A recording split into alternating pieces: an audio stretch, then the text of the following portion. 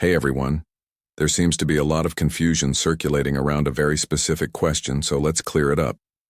The question many are asking is whether those receiving Social Security can actually get both a talked-about increase and a separate stimulus check at the same time. The straightforward answer is yes, it is technically possible. However, understanding how this could work requires a deeper look at two entirely separate proposals currently being discussed. If you rely on Social Security retirement benefits, SSDI, SSI, survivor's benefits, or spousal benefits, this explanation is for you. We will break down both of these potential payments, their origins, and the logistics of receiving them together. The goal here is to provide clarity amidst a sea of often misleading information, because these benefits represent real financial stability for millions. First, let's discuss the proposed increase that totals $1,200. This concept comes from legislation known as the Social Security Emergency Inflation Relief Act. This is not a brand new idea. It was initially introduced early in 2025, and then reintroduced with additional support at the very end of October 2025. What does it actually propose? It is a temporary increase of $200 per month for a period of 6 months. That is the entirety of it. $200 multiplied by 6 months equals a total of $1,200. It is crucial to understand this is not a single lump sum payment arriving at once. Instead, it would manifest as an extra $200 added to your monthly Social Security check for 6 consecutive months, after which it would stop. According to the legislative text, the intent is for this to take effect at the beginning of 2026. So, anyone receiving benefits administered by the Social Security Administration, retirement, SSDI, SSI, survivors, or spousal benefits, would see this additional amount each month for that half-year period. An absolutely critical point must be emphasized here. The legislation states this monthly $200 increase would be paid directly from the Social Security Trust Fund. This is a point of significant concern that deserves serious attention. The Social Security system does not possess an unlimited reservoir of money. Projections already indicate the trust funds could face insolvency in approximately 6.5 years, which would trigger an automatic across-the-board reduction of about 24% to all benefits. Taking tens of billions of dollars from this trust fund to finance a temporary increase would inevitably accelerate that insolvency date, potentially by several months. While helping people cope with the high cost of living is undeniably important, one must question whether this specific relief should be drawn from a program already facing a steep financial shortfall, rather than from the federal government's general funds. This is not merely a political detail. It is a fundamental issue affecting the long-term stability of a program upon which millions depend for their survival. Now let's turn to the other proposal, the $2,000 payment. This is the amount that has been frequently mentioned by the administration in recent months. You may have heard it referred to by various names: a stimulus check, a dividend, a distribution, or a rebate. These terms generally point to the same idea. The concept was first highlighted in early November and has been mentioned several times since. The core idea is a one-time payment of $2,000 to eligible individuals, though the structure could theoretically evolve into something recurring.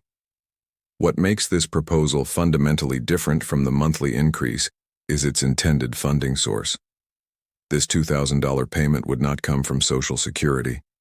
Instead, the proposal suggests it would be drawn from federal revenues collected through tariffs. The underlying notion is a form of profit sharing, returning a portion of these government revenues back to the public. Because this money would originate from a source completely separate from the Social Security Trust Fund, it does not carry the same direct risk to the program's future solvency. It is important to outline who would likely qualify for each of these potential payments. For the $1,200 increase spread over 6 months, eligibility would be tied directly to current receipt of benefits administered by Social Security. This includes retirees, individuals with disabilities receiving SSDI, low-income seniors and disabled individuals on SSI, and those receiving survivors or spousal benefits. For the $2,000 stimulus check, specific legislative details are still pending. However, Based on public statements and the framework of past economic impact payments, it would likely target a broader group of Americans. This would probably include Social Security recipients, but also working individuals, those who are unemployed, and others meeting certain income thresholds that would be established by law. The key takeaway is that if you are currently on Social Security, SSDI, or SSI, you would likely meet the criteria for both proposals, should both ever become law. This brings us to the central question: can you receive both the $1,200 increase and the $2,000 payment simultaneously? Technically, the answer is yes. The reason is that these are two distinct proposals with different structures and, most importantly, completely separate funding sources. The $200 monthly add-on would be an adjustment to your Social Security benefit, paid from the Social Security Trust Fund over 6 months. The $2,000 payment would be a one-time disbursement from general federal revenues, specifically tariff income. Since one is not an alternative to the other, and they originate in different places, there is no legal or procedural reason why an individual could not receive both. They are designed to address different policy goals through different mechanisms. However, a heavy dose of realism is necessary here. While it is technically possible, the political likelihood of both proposals passing at the exact same moment is questionable. It would be somewhat unusual. This is not to say it is impossible, but it is unwise to count on it as a certainty. The political process could yield one, the other, both, or neither. That is the unpredictable nature of the current legislative environment. There is, without a doubt, genuine momentum behind the idea of providing additional support to Social Security recipients and other Americans struggling with persistent inflation. Multiple bills are circulating in Congress aimed at reforming Social Security, adjusting benefit calculations, and providing targeted relief. Many lawmakers are speaking about the urgency of action. The administration continues to discuss the $2,000 distribution. The Emergency Inflation Relief Act has its supporters. Attention is certainly being paid, yet the undeniable reality is that as of today, nothing has been passed into law. Talk is not action. Until a proposal successfully navigates both chambers of Congress and receives a presidential signature, it remains just that, a proposal. Countless well-intentioned proposals have faded away without becoming reality. The intention here is not to dampen hope, but to encourage informed caution, so that no one makes crucial financial decisions based on funds that may never materialize. An interesting hypothetical arises. If one had to choose between the two proposals, which would be more beneficial? The $1,200 delivered as $200 monthly over 6 months, or the $2,000 as a single payment? Most people would likely opt for the $2,000. It is a larger total sum, delivered immediately, and it avoids further pressure on the Social Security Trust Fund. That said, some individuals might prefer the predictability of a slightly higher monthly income for a few months, even with the knowledge it would abruptly end. Ultimately, the choice is not ours to make. It rests entirely with the legislative process.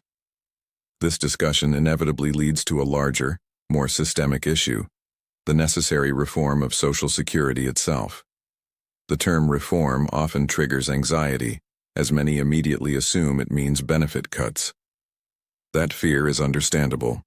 Yet the alternative to reform is in fact a guaranteed benefit cut. If no legislative changes are made, the depletion of the trust fund reserves in roughly 6.5 years will automatically enforce a reduction of about 24% for all beneficiaries. That is the current law. Therefore, reform is not optional if the goal is to prevent that automatic cut. The real debate is over what form that reform takes.